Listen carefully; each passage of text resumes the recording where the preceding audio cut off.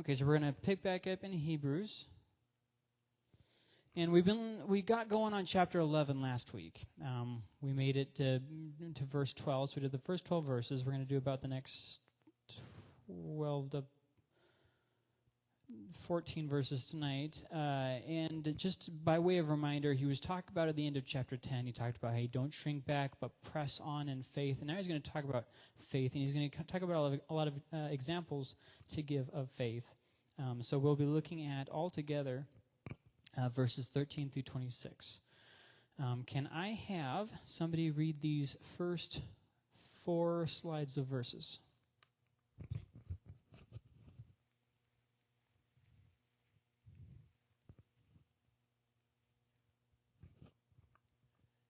These all died in faith, although they had not received the things that they were promised. But they saw them from a distance, greeted them, and confessed that they were foreigners and temporary residents on the earth. Now those who say such things make it clear that they are seeking a homeland. If they were thinking about where they came from, they would have an opportunity to return, but now desire a better place, a heavenly one. Therefore God is not ashamed to be called their God, for he has prepared a city for them.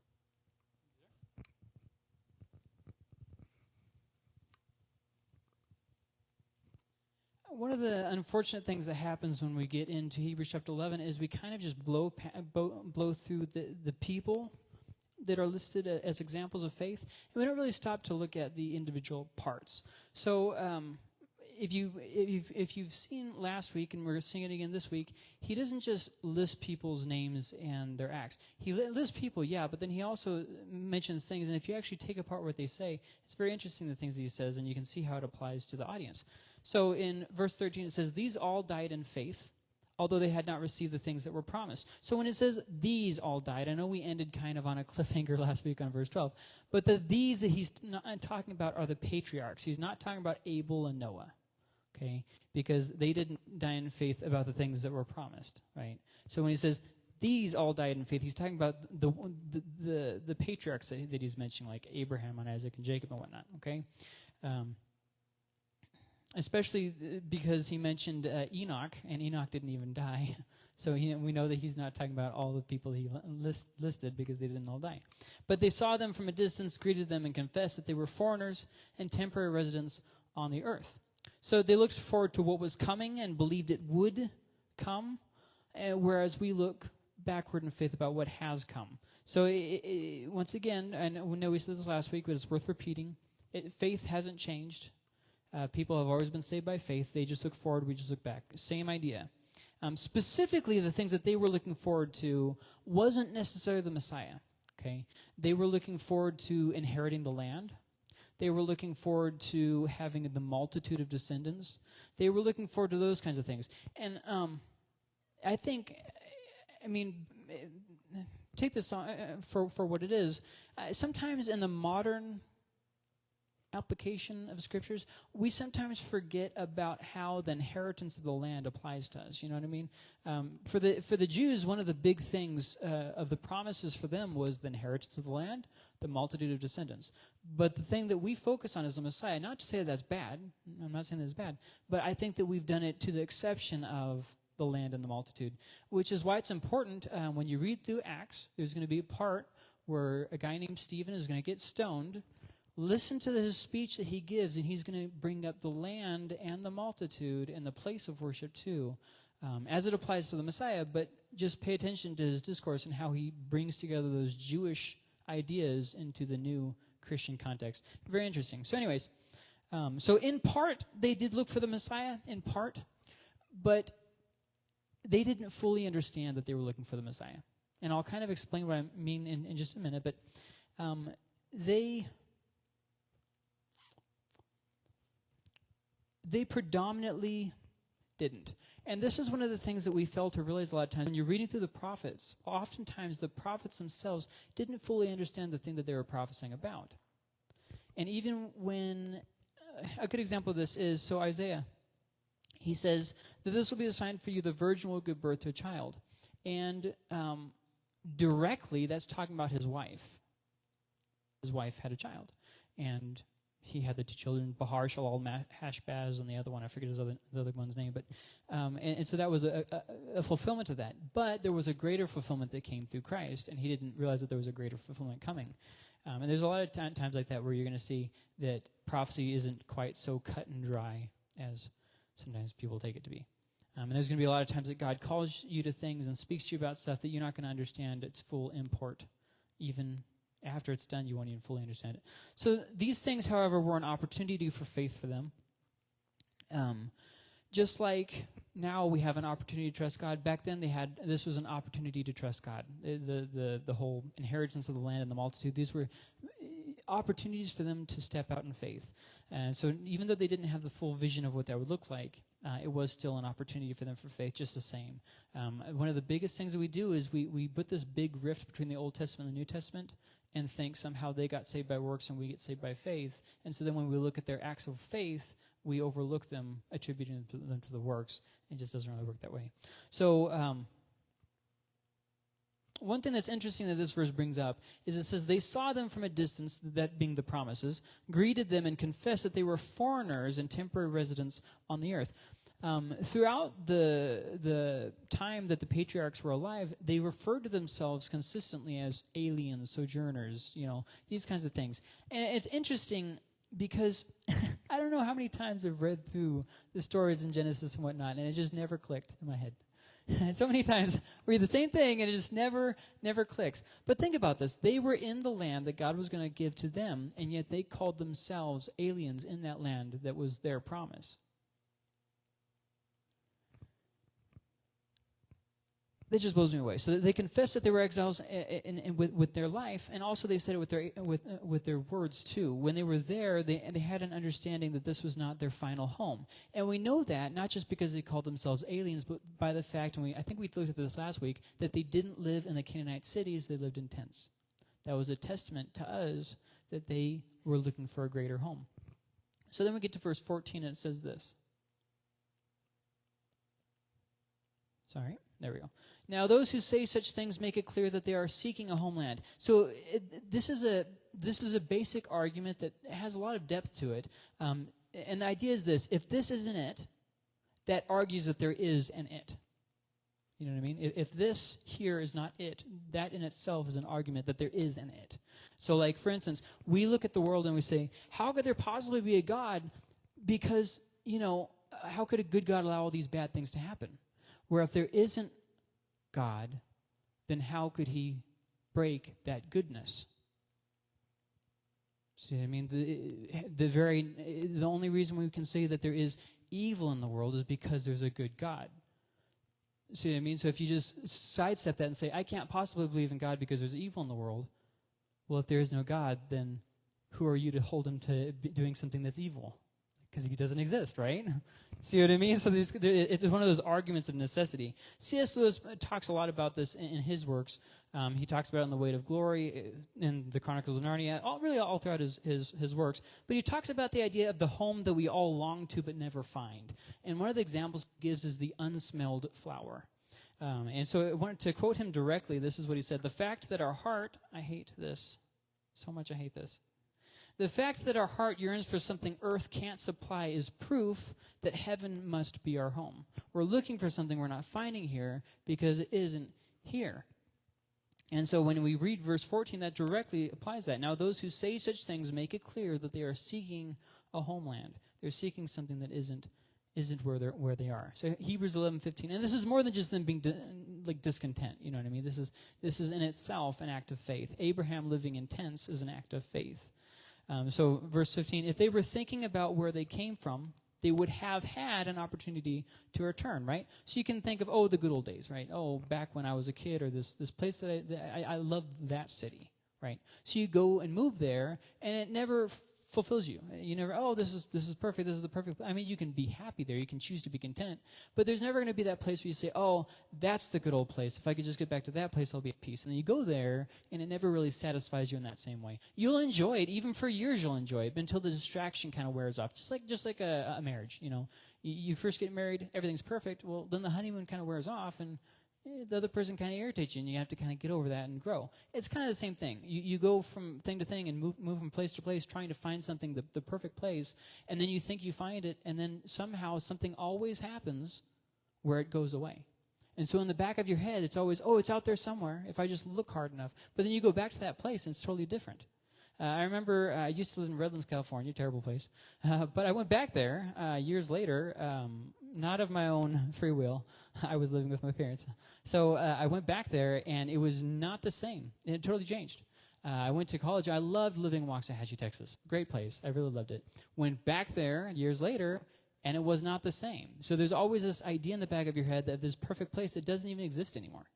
You know what I mean? You're always looking for it. And that's exactly kind of what this is talking about. If they were thinking about where they came from, they would have had an opportunity to return to that place, but that place didn't exist. It wasn't like they could just go back to it. So when Abraham calls himself an alien and a sojourner, he's wandering around the land living in a tent, there's no opportunity to go back to that magical place. It doesn't exist. Same for Isaac, same for Jacob, same for Joseph, same for the tribes of Israel. It didn't exist. So if they were talking about somewhere that could be reached, they could have just gone there, but they couldn't go there because it couldn't be reached. So that takes us to verse 16, which says, "But they now desire a better place," a heavenly one, better being quality. "Therefore God is not ashamed to be called their God, for he has prepared a city for them who found no city here." Okay, so if you want something and don't get it in this life, there's this idea all around is that you are lost and the years have been wasted. You've wasted the best of your years. You know, you were never able to get that job that you wanted, or that relationship, or that car, or whatever. You know, there's always this idea in this world that if you didn't, you missed your prime, you missed your opportunity, you've wasted your years. Now you'll never get it back. You never get that thing. But when we look at the objects of faith here, they didn't have that idea. Life itself has a way of convincing us that we must find it, whatever it is, or it's all wasted. And it can really be anything. It is whatever you greatly desire. So it can be money or wealth or happiness or whatever.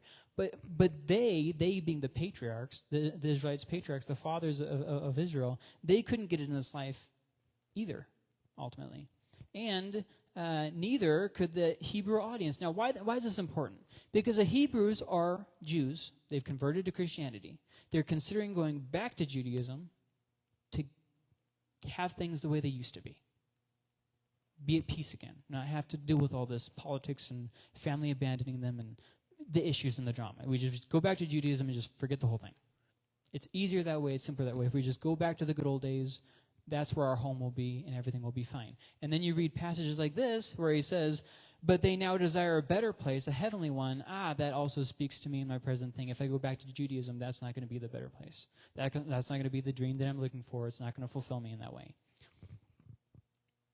So in times of struggle and loss in this life, what happens? We go through times of struggle and loss, and we're upset. We cry out to God, and we say things like this: "Why me, God?" Right? Don't we try and rationalize it? And we try to fix it. Why do we do that? Because we're looking for a better home. We're looking for a place. This isn't how it should have happened. I shouldn't have lost my wealth, my health, my family. These things shouldn't have happened. Why do we say shouldn't have? Because that's how it will be in our heavenly home. See what I mean? We look forward to that, and our spirit kind of testifies to us about it, that we are looking for a better home. So don't try to always be happy, have it together, fix the problem, accept the mess, be content. But with here, in this context, he says, they desired a better country. So imagine this, okay? God has prepared a heavenly city for those who desire and is not ashamed to associate himself with those who are looking for the heavenly home. Let me read it through and you'll kind of get what I'm saying. Therefore, because they were looking for a heavenly home, a better home, they found one.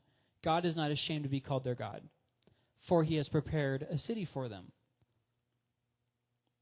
So for those who desire a new home, they found it. And because of that, he's not ashamed to call them family. So can I have someone read the next 3 slides of verses?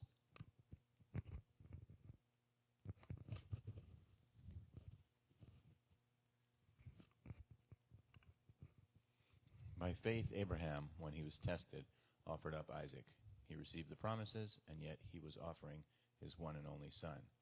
The one to whom it had been said, "Your offspring will be traced through Isaac." He considered God to be able even to raise someone from the dead. Therefore, he received him back, figuratively speaking.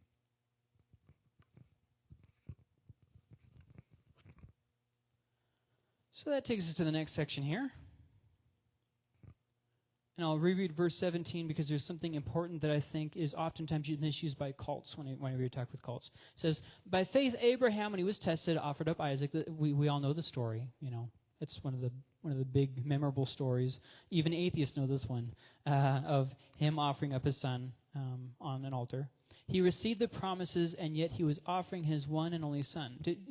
He received the promises, so he got the promise of the son that he was promised, and yet he was offering his one and only son. And this is the problem, this phrase here, one and only son. So,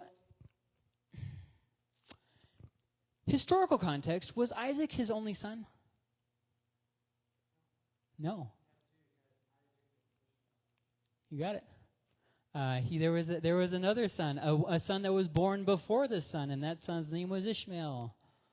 Not the one from Moby Dick. So then you get to verses like this, and it says he was offering his one and only son. What? Why is it saying this? Well, this is exactly why cults like Jehovah's Witness, they run wild with this kind of stuff.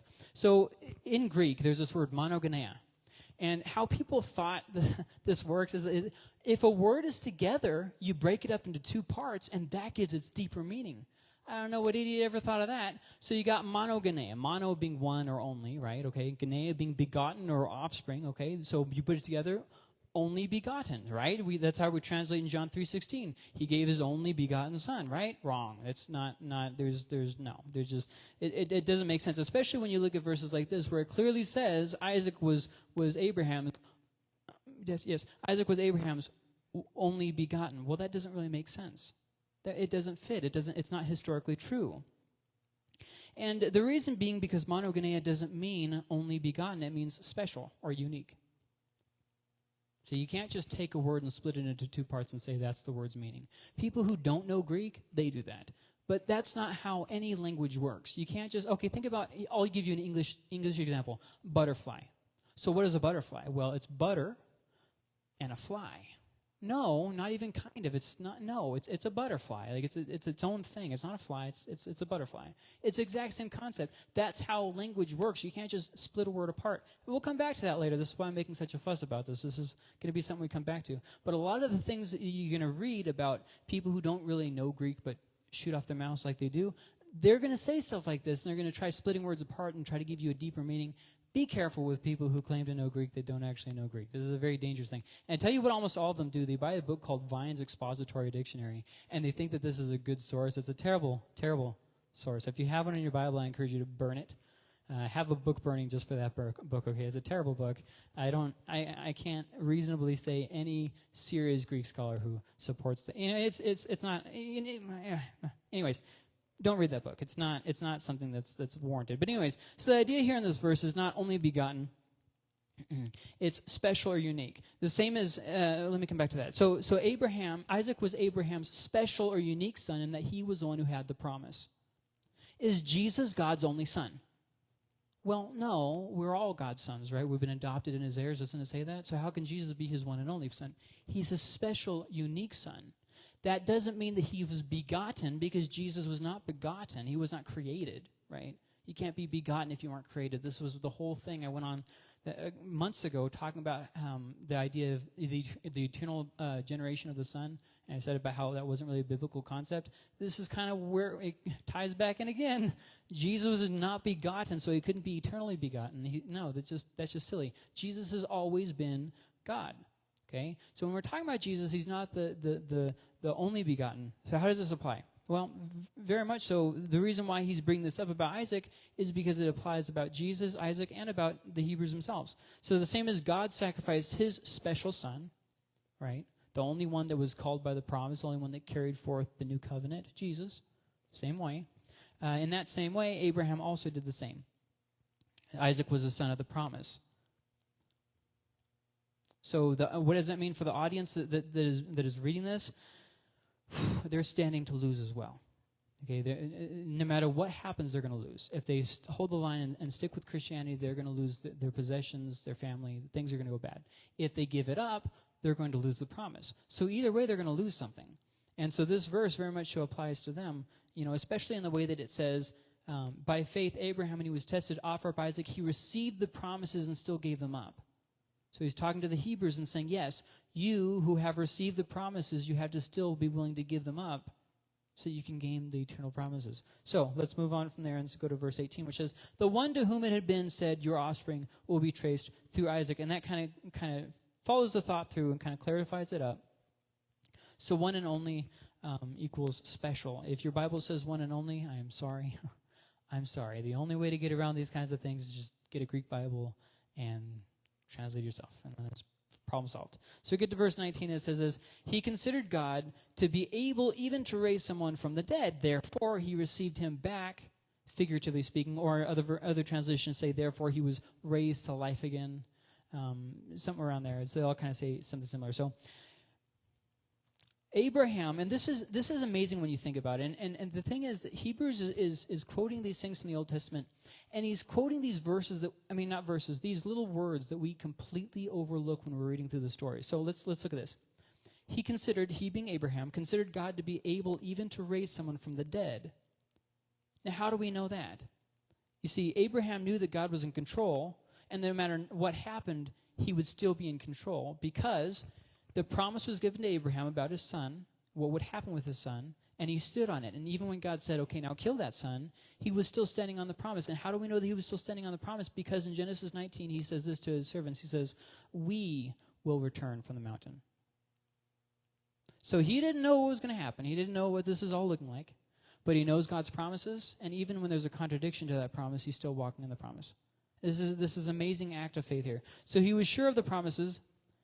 He was so sure of the promises that the contradiction didn't sway him, because this was a contradiction of the promise.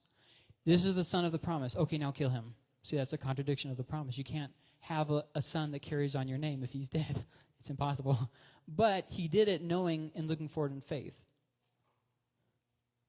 So then, because of all this thing that happened with the faith, he received him back figuratively. Just like Jesus was raised back from the dead, Isaac was raised back from the altar. Just as Jesus was given back to the Father, so Isaac was given back to his father. He went back to his servants. So there's kind of a dual imagery here. We can go on now to the next section, which are verses 20 through 22, a pretty small section. Can I have somebody read this?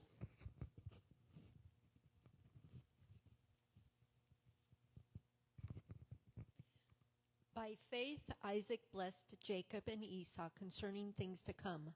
By faith, Jacob, when he was dying, blessed each of the sons of Joseph, and he worshipped, leaning on the top of his staff. By faith, Joseph, as he was nearing the end of his life, mentioned the exodus of the Israelites and gave instructions concerning his bones.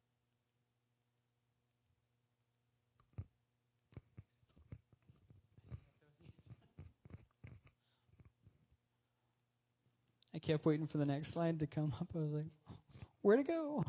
That's funny. Okay, anyways. Just to reiterate verse 20, these next three verses are actually pretty straightforward, except for like one spot in the middle. So in verse 20 it says, by faith Isaac blessed Jacob and Esau concerning things to come. So basically the idea here being that Isaac was looking forward in faith because he blessed his sons for what was coming, therefore knowing something was coming. So by blessing them for the future, he was acting in faith of what was coming. So basically think of it like this. May God bless you in your marriage when you're old enough to get married. I'm saying that I think you're going to get married when you get older. See what I mean? And it's the same kind of thing. He was blessing them for something that hadn't yet happened, and that in itself was a testament of that faith. So verse 21 then says, by faith Jacob, when he was dying, blessed each of the sons of Joseph, and he worshipped leaning on the top of his staff. So this is kind of important. Why didn't he bring up the blessing of the tribes of Israel instead of just of... So just in case you're not familiar with the section that this is quoting, it's towards the end of Genesis, and Joseph and Jacob are talking, and there's kind of a repeat of God's promises, and then Jacob blesses Joseph's sons, Ephraim and Manasseh, and kind of adopts them as his own. And then in the next chapter, it gives the blessings towards the 12 tribes of Israel. Well, not really. It doesn't matter. 12 tribes, we'll just call it 12 tribes of Israel. And that's kind of how that goes. But here, he doesn't mention the 12 tribes of Israel. He mentions each of the sons of Joseph. Now, you could just dismiss this and say, okay, so Israel was called Joseph because Joseph was the dominant one. You see that happen in the prophets. You see that happen in... So you could just skip around the whole issue and just say Joseph is a term for all of Israel. But I don't really think that that's what's happening here. And we know for sure that he did bless all of his sons, but here the focus is on Joseph's sons. So I think there's those three things we could point out. And I would say these are the three reasons why I believe that he focuses on Joseph's sons and not all the tribes of Israel. First off, I think it's important to note that he blessed Joseph's two sons, Ephraim and Manasseh. He blessed them before he blessed the other sons. Okay, so Joseph had two sons that were born to him in Egypt, and when Jacob finally got there years later, he adopted them as his own. They were included in the tribes of Israel. But the blessing for them was separate and before the blessings to the rest of the sons. And in the next chapter, when he blesses the rest of the sons, he's going to bless Joseph. But if my memory holds, correct me if I'm wrong, please, he does not repeat a blessing to Ephraim and Manasseh in that chapter. So he blessed these two first. So let's move on from there. A second point here to make is that I think that one of the big reasons why he focused on this passage rather than the next chapter is because this is where he claims fathership of Ephraim and Manasseh. And I think that the third reason why he focused on Ephraim and Manasseh is because Ephraim is a stand-in for all of Israel throughout the prophets. We see that throughout a lot of them. I don't really want to give any examples, but as you're reading through the prophets, you'll see that he'll say, "Oh, Ephraim," and he's not just talking about the one tribe of Ephraim, he's talking about Israel, and Ephraim is just kind of like an inclusive kind of thing, because in the north, the dominant tribe was Ephraim, which if you read in Genesis, he's giving the promise to Ephraim and Manasseh. Ephraim was the younger of the two, and he was given the dominant position. And so there's a whole long thing there, but you read through Genesis and you can kind of see it happen yourself. And the fourth thing that I think is worth kind of pointing out of this thing that kind of all ties it together is that this is the part where Jacob repeats God's promises. See, Jacob doesn't repeat God's promises in the next chapter where he's blessing all the tribes of Israel. But right before he blesses Ephraim and Manasseh, he repeats God's promises. And so by quoting the section where he's adopting Ephraim and Manasseh, the author of Hebrews is pointing the people to the promise that Jacob talks about. And read through that chapter yourself, and you're going to kind of see what I'm talking about. Because remember, when the New Testament quotes the Old Testament, more often than not, they're not quoting a single verse, they're quoting an idea. So if you go back to where they're quoting and you read the verses around the part where they're quoting that whole idea, or the theme in that verse, not so much only those verses. So when we quote something nowadays, we quote only the parts that we want quoted. When they did it, they more were quoting a theme or an idea, and they just pulled out a couple verses to kind of pull that idea into your minds. So this is a Jewish audience. They know where this audience is, where this context is, and it's going to pull them into the fact of the promises. So in verse 22 it says this, by faith Joseph, as he was nearing the end of his life, mentioned the exodus of the Israelites and gave instructions concerning his bones. So once again, pretty straightforward, but the main point here is Joseph was looking forward in faith, not only with the way that he blessed at the end of his life, just like Jacob did, but also he very clearly mentioned his bones because of the surety of God's promises. He was so sure that the people were going to go back to the land of Canaan that he made them promise that when you do, take my bones with you. So that was him stepping out in faith. So death, if you notice, death is the main factor in all of these different verses. Did you notice that?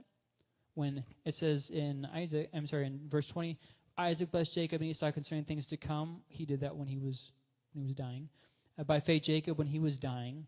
And then in verse 22, by faith, Joseph as he was nearing the end of his life. So again, death being the main thing, that even in the face of death, the promise is going forward, the hope is going forward past death. Remember, the Hebrew audience is at the threat of dying. They could be killed by the Romans or by the Jews. Things are not looking very good for them. They could definitely be killed. And in that, he's saying, even in the face of death, the promise goes forward. So let's move on to, I believe this is the last section, verses 23 through 26. Let me double check. I believe so. Yep, this is the last section. Melissa, can I have you read this?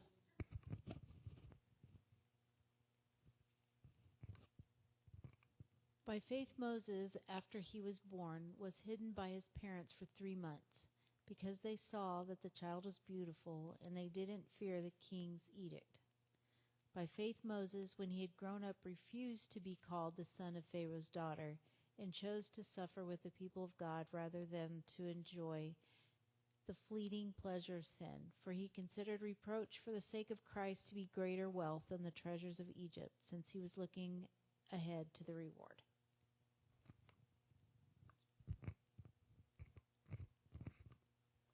Okay, so here's the last section we got right here. And I'll start off by just rereading on 23. It says, by faith Moses, which makes you think that this is going to be something Moses did, but it's actually something that was done to Moses. And actually, that's the interesting thing about Exodus, is as you read through the Moses account, or really the whole book, I guess you could say, you repeatedly see other people doing things on his behalf that affects him. Kind of an interesting thing. But anyways, by faith Moses, after he was born, was hidden by his parents for 3 months. Now, notice there that he said parents, not mother. This is kind of important because this differs from Exodus, so let's just keep that in the back of your head. Moses is a key player for the Jews. It has been for years. He's kind of seen as like, he's up there with Abraham. He's the lawgiver. He's the, really kind of a big deal in Jewish thought. So by him, and I talked about this back in Hebrews like chapter 3 or something like that, by bringing up Moses, you're really addressing all of Israel and the law. Just like Abraham is like the father, Moses is like the law. So he's kind of seen as a prophet and a lawgiver, kind of a big deal. So going to this, he's really looking at the root of the issue here. So he mentions with here, he says, because they saw that the child was beautiful. Now, what does that mean? Beautiful, like, my baby's attractive. No, he's not, okay? Your baby looks like a monkey, just like all the other babies look like monkeys. You think they're special, but I'm telling you, everybody else is thinking it's a monkey. It's a monkey. So what does it mean by beautiful? Well, obviously there's a simple answer, which I don't know why. Oh, actually, I do know why I did that. On the PowerPoint, it's going to say 4, 5, and 6. Just ignore that. It was supposed to be bullet points. My bad. So some people think appearance, maybe, but it seems like there's a much more realistic option, and you can take that between two different things. The first is more from a physical perspective, his health. They saw him, he was a healthy-looking baby, so they thought, well, it's kind of a waste. Remember, these are back in the days before Walmart. You couldn't just get a baby off the shelf. So with that being said, it was a lot less likely that your baby would come to full term and then grow up and live a healthy life. It was a lot less common. So from a physical perspective, it could be saying they saw that he was healthy, he was looking good. Hey, this baby could make it if he's just given a chance. But then there's another kind of more of a spiritual way to look at this, and that's that they saw his specialness. Basically, they saw that he was a child of destiny. They saw that he was a child with purpose. And when they saw the baby, they were so turned in their heart, knowing that God had something for this baby, that they did whatever was necessary to save this baby, because they saw that the child had purpose. It was beautiful, and they didn't fear the king's edict. So however you want to see that, we have another kind of phrase to kind of look at. It says that they didn't fear the king's edict, so they were not afraid. And I just want to kind of clarify, what does that mean? Well, this is a concept that is drastically misunderstood in our culture. Now, I've said this numerous times. I just want to make sure we put all this together. Our culture thrives and lives off of emotion. Everything in our culture has to do with emotion. If you talk about love, it's a way you feel, right? So you can fall out of love and you can fall into love, because love is nothing but a feeling. It's okay to get in whatever relationship you want because it's a feeling, and everybody is free to their feelings. If you're angry, that's okay for you to do whatever because it's a feeling. Everything in our cultures, everything's run by feelings. COVID, what made it so bad? Fear. Fear is what made COVID so bad. We were literally just like tearing ourselves apart in anxiety. People were just sitting at their house having panic attacks all day. I mean, that wasn't a healthy way of living. Besides people getting sick and dying, the big terror of COVID that made it worse than any other sickness that this world has ever encountered was the fear factor. It overwhelmed the culture. It destroyed us. It knocked us off. It shut down our whole world, if you think about it. So this is something that is kind of big. So what does it mean by fear? Well, it doesn't mean that they didn't experience the feeling of fear. Okay, this is one of the biggest things that people misunderstand the Bible. They read it and they understand it with modern eyes. So in the Bible, when it says, do not be afraid, they must be talking about having the feeling of fear, because when I talk about fear, I'm talking about having the feeling of fear. Therefore, See what I mean? You can't interpret the Bible off of how you see things nowadays. That's just not. That's not a good practice. The idea of fear, and you see this biblically throughout the Bible. Okay, the biblical idea. This idea.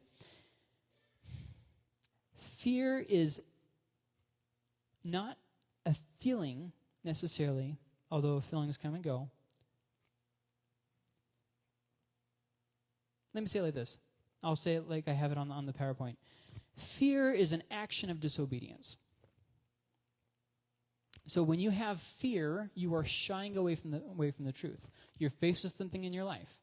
If you have fear, that means you're not going to respond in faith and keep following and trusting God. You're going to back off. I'm not going to pray anymore because I'm scared. I'm not going to do this because I'm scared. I'm going to back off. See, it's about the feeling. You could say that Lot's wife was moved in fear when she looked back to Sodom and Gomorrah and got turned into a pillar of salt. That's how you could kind of look at the difference there. It wasn't, and I talked about this before, the way that looking back isn't like, whoa, it was a turning, she turned back to the city. So not being afraid is more acting in faith rather than shying away. So let me make sure I covered everything I wanted to on this. I don't want to belabor the point. Okay, so in our culture, we say, this is how I feel, and then we allow those feelings to change us. So it's okay for us to do things because of how we feel. I fell out of love with them. Therefore, it's okay for me to cheat and look into another relationship because this relationship is no longer giving me that emotional factor that I'm looking for. And then we say things like, it's just who I am, and this just completely absolves us of any guilt or anything. It's just who I am. It's okay for me to do this. It's just who I am.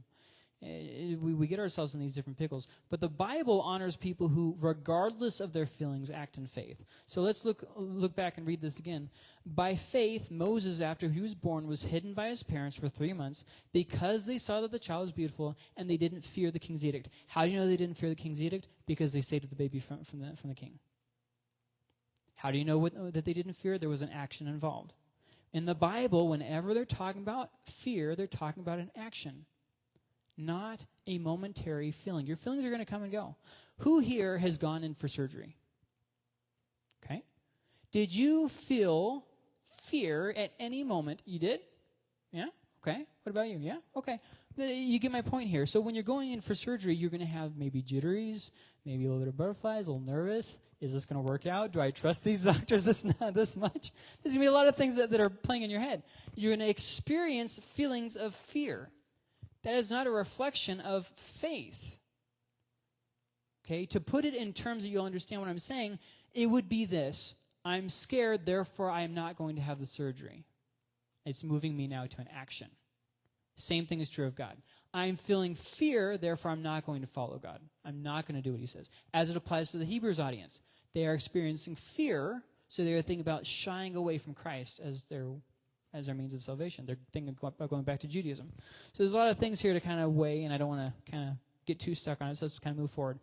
In Exodus, his mom is the one who expresses the faith. His dad isn't even mentioned in Exodus. His mom saw that the baby was beautiful. His mom hit him. All this stuff is attributed to the mom, but here it says the parents. So I'm guessing that the dad was aware and supportive, because, how would you like that? You all come home, hey, where's the baby? Hey, where's the baby? Hey, where's the baby? Kind of a little bit freak out moment. So I'm guessing that there was some kind of a mutual agreement. So let's move on to verse 24, which says, by faith Moses, when he had grown up, refused to be called the son of Pharaoh's daughter. So there's going to be three things, and I'll wrap them up at the end, but there's going to be three losses that it talks about that are very important that can apply to anybody. But before we get there, we get this. By faith, Moses, when he had grown up, refused to be called the sons of Pharaoh's. What are you talking about, refused to be called the son of Pharaoh's daughter? What are you talking about? Because how did he do this? I've read Exodus many times, and I don't understand how he did this. Okay, and you have him wandering around Egypt because it sounds like he's bored. As you're reading through Exodus, it just sounds like he's kind of bored and he's out walking. And then he kills an Egyptian, and then he runs away, and just like he's just living out in the hills on his desert island. So how in the world is this faith? Did he know that he was doing this? This whole refuse to be called the son of Pharaoh's daughter, did he know that? Or was it just accidental choices that landed him there? This is an important point to make. So if he knew what he was doing, I'm stepping out in faith because I trust God and I'm trying to free my people, versus that's not right. And when you read through Exodus, it kind of seems a little bit haphazard. So what's going on here? So I think that there's a few things to mention. This is how Moses refused. First off, in the Bible, especially in Hebrews, and I'm going to explain what an anachronism is in just a minute. Just hold that into your pocket. But in the New Testament, especially in Hebrews, it's oftentimes worded in such a way to relate to the audience, without it having to be necessarily factually, historically true. Now, in our eyes, that makes it sound like it's not accurate, or the Bible is not historically true. That's not the case, because if their point when they were writing was to be historically accurate, then that would be true. If their point in writing is to relate a biblical story to someone else, then it is true. See what I mean? So, like, for instance, if you read through the Gospels, it doesn't really talk about Jesus being depressed. Okay, this is a good example. It doesn't really talk about Jesus being depressed. But if I'm talking to somebody who's depressed, I might take some of the stories and bring out some things about depression and how Jesus suffered in the flesh. See what I mean? Now, I'm not quoting it in the way that the Gospels said it, but that doesn't necessarily mean that it's not true. I'm just quoting it for an audience. Does that kind of make sense? So we can come back to that deeper at a different time, but I just want to introduce that idea. So it's worded in a way where he's trying to relate to his audience. By faith, Moses, when he had grown up, refused to be called the son of Pharaoh's daughter. Do you want to go back to your titles? Or do you want to walk forward in the faith? So let's keep moving forward from this, and I'll kind of go forward here. Number 2, he chose to go out walking among the people. He was not forced to. He chose to do this. He chose to defend that Israelite. He was not forced to defend the Israelite. He chose it. And then also he chose to leave Egypt instead of try to fix the situation. And then he also chose to come back to Egypt. He chose all those things. Okay, he could have disobeyed, he could have whatever, but he didn't. He chose all those things. In our culture, we have very much so the idea that you can, it's not my fault. It's somebody else's fault. I got roped into it. It's because they did this. But in the Bible, it doesn't do that. In the Bible, it talks about it this way. This is what they did. Regardless of what the motivations were, this is what we have. So the third thing. Moses did not fully understand what he was doing. But neither do any of us. There was a Newsboys song that came out in the 80s or 90s. I don't remember which. Probably 89 or maybe 90. Anyways, and in the song, he says something along the lines of, when you called my name, I didn't know how far the calling went. And for those of you who've been in ministry, did you know when you were first signing up what you were signing up for? Probably not, huh? A lot of things happen in that in-between period that was not really what you had planned. You know what I mean? I know that's the case for me. There's a lot of times when I was like, this is... I agreed to go and I agreed to follow you, but this is not what I had in mind. You know, God, hold on. I submitted my life to you, but I didn't mean it meant this. You know, and so I mean, everybody does that. That doesn't make it any less an act of faith. Just because Moses didn't understand the jar of pickles he was opening does not mean that he wasn't opening the jar of pickles. Does that kind of make sense? And so, okay. So with that being said, yes. So that takes us to what is an anachronism. I know I just mentioned this.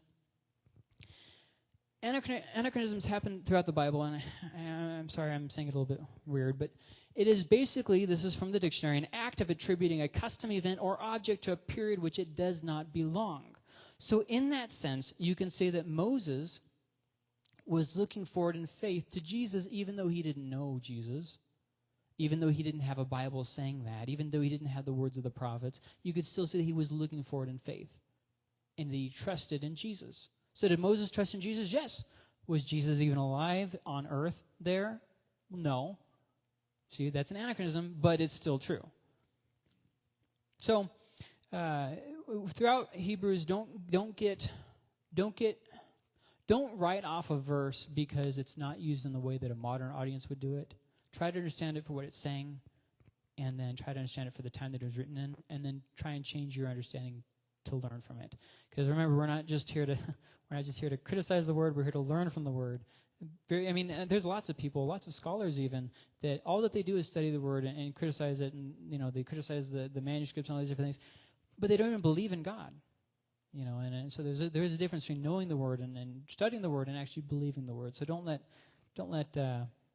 your knowledge or lack of knowledge stop you from the pursuit of God. So in other words, this is just a way of relating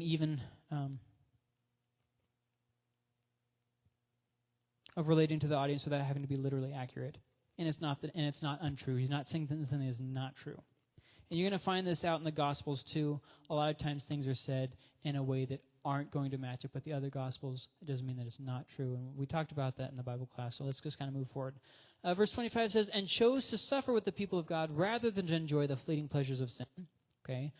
So he did this not just in Egypt, but he also did it when he was in the wilderness, right? Because in Egypt, he left Pharaoh's house, but he also went into the wilderness to lead the children of Israel. And in that time, he was faced with rebels and the true believers. See, in Israel, there were people who were following Yahweh and people who were not following Yahweh. And so he was, he was suffering with the people of God and the people who were with the people of God who weren't really of the people of God. You know what I mean? So, and so that the difference between apostasy and true believers. But once again, that's something that he's writing about. He's writing to a Christian church that's young in the faith, but old in the religion, I guess you could say. And they're doing the exact same thing. There's some among them who are wanting to go back and abandon Christ, and some who are wanting to go forward and stick with Christ, just like Moses was with people who some of them are wanting to follow Yahweh into the promise, and some of them weren't. So you have, once again, kind of that example. So verse 26 says, "For he considered reproach for the sake of Christ." Once again, Christ wasn't there yet. Anachronism. "To be greater wealth than the treasure of Egypt, since he was looking ahead to the reward." So with that being said, it could be said, that Abraham was looking forward to the Christ. Even though he was actually obeying Yahweh and that whole thing, his focus was more with his descendants. You could say that he was looking for the Christ, not just in this, but also in the way that, he was looking for the perfect descendant, a name that never dies, and that is only found in Christ, obviously. So, since he was looking ahead to the reward. So the reproach of being unidentified with God's people, I already mentioned that. He went through, both in Egypt, he went through the reproach of that in Egypt, but he also went through that reproach in wilderness. We see that in the book of Numbers, for instance. But also, I want to point this out. I think that it's kind of lost a lot of times in some Bibles. "For he considered reproach for the sake of Christ to be greater wealth than the treasures." So in other words, it's not just that he was reproached for following God, but he actually dealt with the reproaches that Jesus himself went through. You understand what I'm saying? So the reproach that Jesus went through when he was here in his life, Moses shared in that reproach. He went through the same reproach that the Christ would, which is also the same reproach that we're called to go to, as being despised and rejected and that kind of stuff. And that view was actually put forward to me by P.E. Hughes. And you can read more about that in his book. So Moses went through similar reproach of what Christ would. You see him rejected. Jesus was rejected. You see him ridiculed. Jesus was ridiculed. And you see him dealing with spiritual apathy in the people. Jesus also dealt with spiritual apathy in the people. And Jesus also talked about the way of the different prophets, how Israel has always treated the prophets the same way by, killing them and not listening to their message. And they did that same thing to Jesus as well. So, in fact, just a spoiler alert, when you read through Matthew, it goes to great lengths to show Jesus as one of the prophets. Remember that when you're reading through it this year. That last thing here before we wrap this up, the three losses, I made mention of that, the three losses that Moses went through is, first off, he went through the loss of status. He gave up the being of Pharaoh's daughter's house. It said that in verse 24, I think. The second loss that he went through was the loss of pleasure. It says it's in verse 25, I believe. It said, rather than enjoy the fleeting pleasure of sin. And then the third of the losses that Moses faced was the material or physical or wealth, however you want to say that. And that was in verse 26 where it says, the treasures of Egypt. So we have here Moses going through these three different losses that are things that we all go through. As we go through life, we have to go through these losses as well, and something that the Hebrew audience was very much so in danger of losing. So the last thing we can say from this is that faith is a series of life choices. Faith isn't something where you got saved 20 years ago, fine. Faith is something that you are doing every day. It's something you're constantly stepping out in faith. You are constantly making choices. It's a series of life choices. You're choosing God. You're choosing the heavenly rewards over the earthly. How you treat others, how you respond to situations, that's going to show your faith. And so when you're going through different situations and you come to situations that are very, very hard, you think, how am I ever going to get through this? Just remember that this is another opportunity for faith. Whatever you're going through that you're struggling with, it's another opportunity for faith in your life. No matter what challenges you went through in the past, what victories you had yesterday, today, God wants you to have more victories and more faith. So any questions before we close?